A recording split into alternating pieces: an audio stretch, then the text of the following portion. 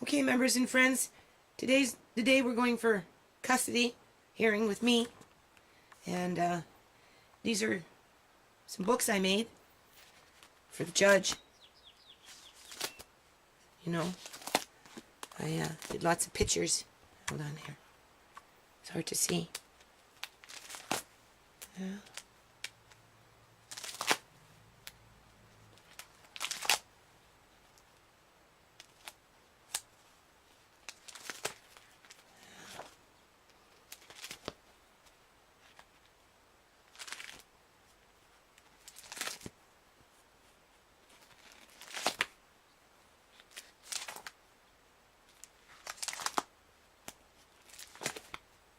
Right. So this is what it's like. Just hard to do these things. It's what the judge is going to get today. That right there. And then I have a set.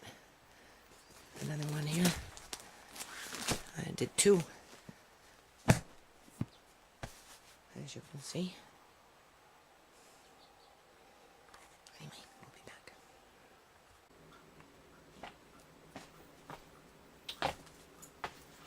Okay, members and friends.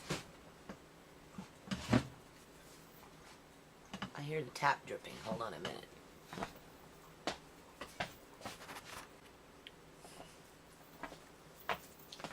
Okay. Anyway, so we're going to talk a little bit about wheels of justice here. Andre's little wheels on the bus. There's a big one. Right? There's a big one right there. Yeah. And so I went to court today. It was a custody hearing between me and Andre's parents, you know, father and mother. And the judge had a very nice, warm aura. And she's like a cuddly lady. Right. And so very personable. Talked to the people that were approaching, you know, the bench. Actually listened to them. Now, mind you, it was a different type of court in terms of, well, I don't know what other people were there for. I just know what I was there for. And so when it came our turn, you know, I went up and she asked me if I had a lawyer. I said no. Why not? And I said, well, you know, I've been denied 2 times, and I've got the provincial supervisor kind of keeping an eye on. Well, why would that be? She said, I don't know. You know, I don't make those decisions. And you know, and because the ministry is involved, you know, where's the ministry? And I'm like, well, I don't know. Did you serve them? There's nothing in my paperwork. She's saying that, you know, did you serve them? And I'm saying, well, yeah, I did. And it's a good thing I did you know, I brought my little bit of paperwork because I gave her the information, and then they photocopied it, and then they found the other file, and they put the judge put the 2 files together, the protection file and the custody file for me. And now I'm involved with the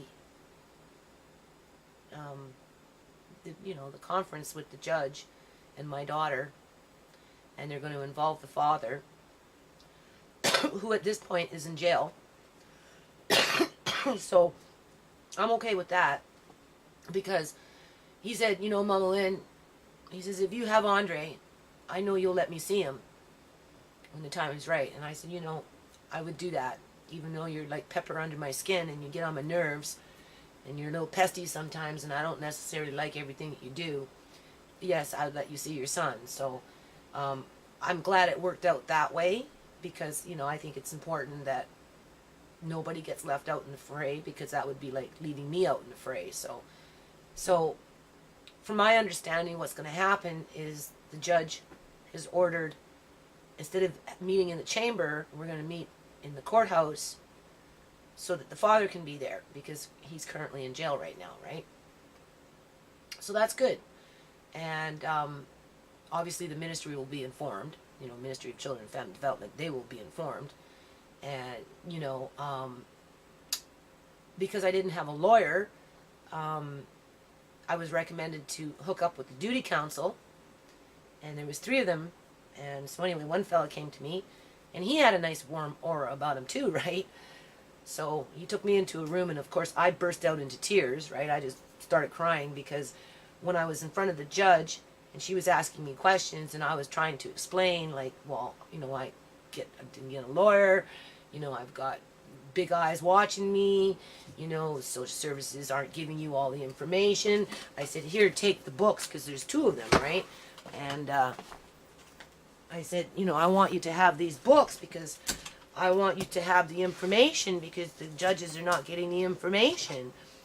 And so, anyway, long story short, hooked up with a duty counsel, and he stood beside me, and I have to say, it's better than trying to represent yourself, at least in my case, because, you know, again, my personality throws people off. Like, I'm like, here, Your Honor, you know, just take the book. Don't argue with me, just take them. And she's saying, like, well, hold on a minute. And I'm saying, no, but you need the information. You're not getting the information. That's what this is for, is to give you the information so that you can make a sound judgment on behalf of my grandson. So, but because of the type of court setting that we were in, the lawyer the duty counsel that was my lawyer for an hour, or half an hour, however long, right? You know, he said, this is not the time for that judge to get this information. So that's why it came back home. Otherwise, I would have freely, gladly gave it to the judge and put it in my file. So that's where we're at. And of course, you'll see, I'm going to put this first, and then you're going to see the aftermath when we're all out in the, you know, by the pillars of justice with the big group. There was quite a few of us today. I had my 4 kids, 2 extra, my dad, so that's 4. So 4, 6, 7, 8. 8 people again, plus my dad's wife with the X in there, in spirit, right? She's in health, in, you know, long-term care. So 9 people in the courtyard, or the courthouse, I should say. And then another lady that I knew back in the day. She's more my daughter's friend. I'm Mom Boleyn again. And her mom passed away a few years ago, so she doesn't have a mom. And I used to drive her little girl to school all the time. So she was there, and she has some comments to say. So I'm going to upload it now. So peace out.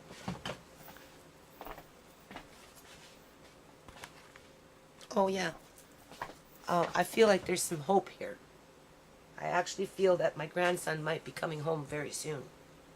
I think after we have this conference with the judge in the courthouse, with the mom and the dad, and providing that social workers are, you know, willing to be reasonable, I'd like to think that my grandson can come home, like, ASAP. His mom informed me today that he's not growing. He's been in care for almost 4 months, and he hasn't grown. That's pretty serious stuff, so he needs to come home.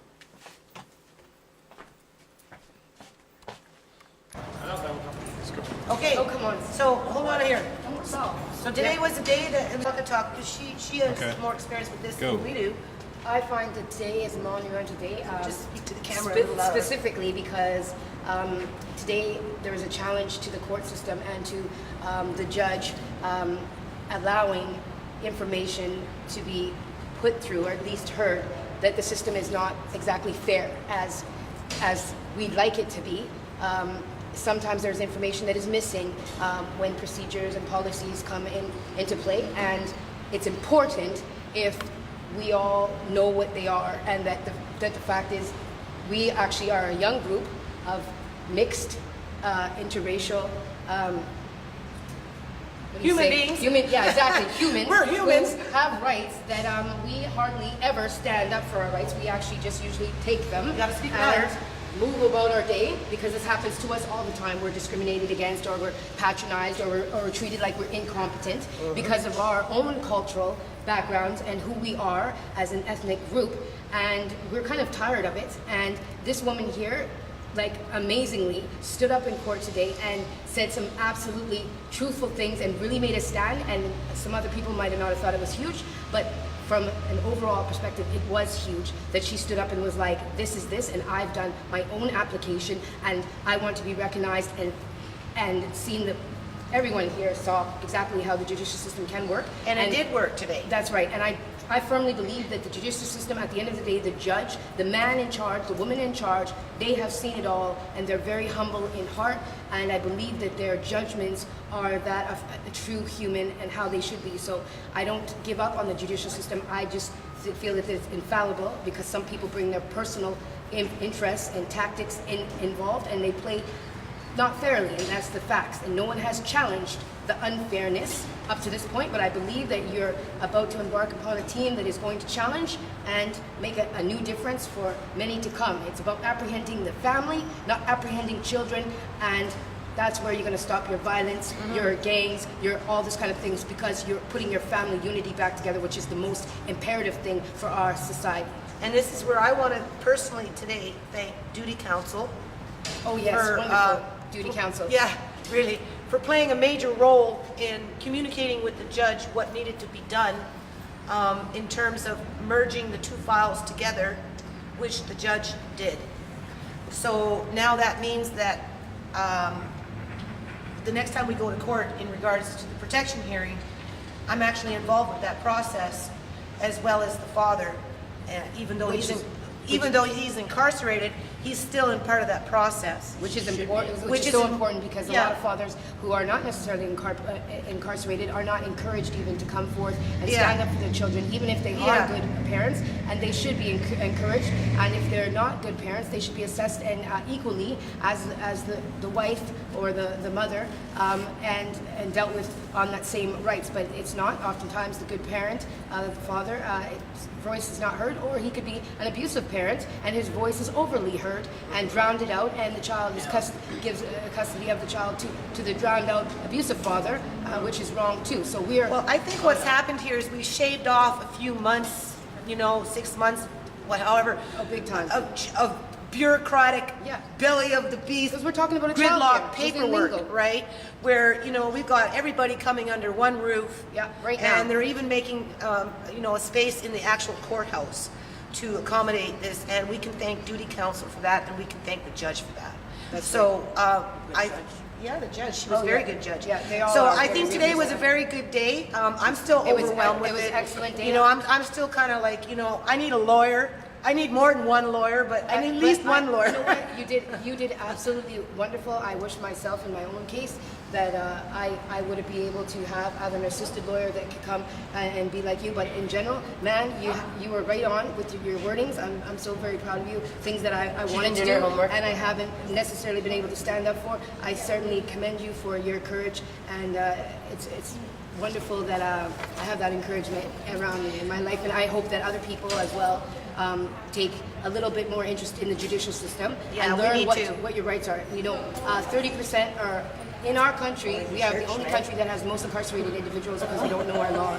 During school time, we don't study our law, and 75% of all cases are one-based on appearance. You only got 24 years. So let's give it one up for justice. Justice. Justice. Justice. Justice. Justice. Yoo-hoo, justice. Yes.